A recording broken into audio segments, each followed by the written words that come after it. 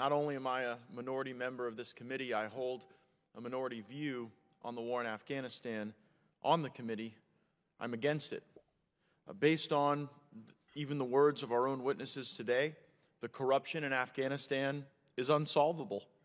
The war is unwinnable, and the strategy is indecipherable. It's not a criticism of the current administration. These are conditions that have been present for the last 19 years as we've traded the same villages back and forth with the Taliban. I listened intently as Dr. Biddle said, well, we're leaving and we're getting nothing. What we're getting is out. To me, the biggest loser in Afghanistan is the nation that stays the longest. Now, as I read some of the prepared testimony of our witnesses, particularly Dr. Biddle, here's how the argument seems to go.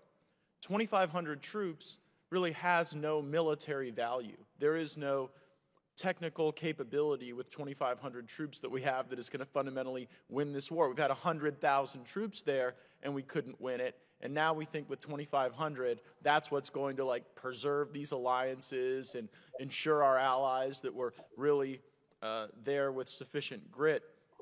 But that the purpose of these 2,500 troops is politics, that it is a political feature of the war in Afghanistan, that if we leave 2,500 troops there, we will get more leverage. And that if we engage in accelerated drawdowns, well, the Afghans, the Taliban in particular, will see that this is sort of a war of attrition that the United States is going to lose. And so they're just going to stick there and maintain a level of violence that allows them to potentially recapture their political power.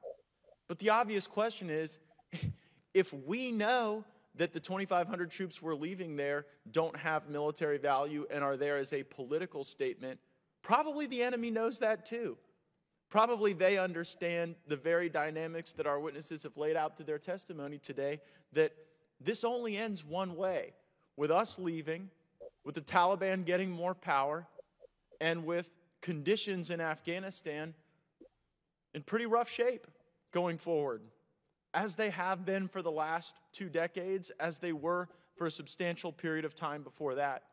I'm grateful that in the Trump administration we have highlighted our near-peer adversaries as the requisite focus for our work.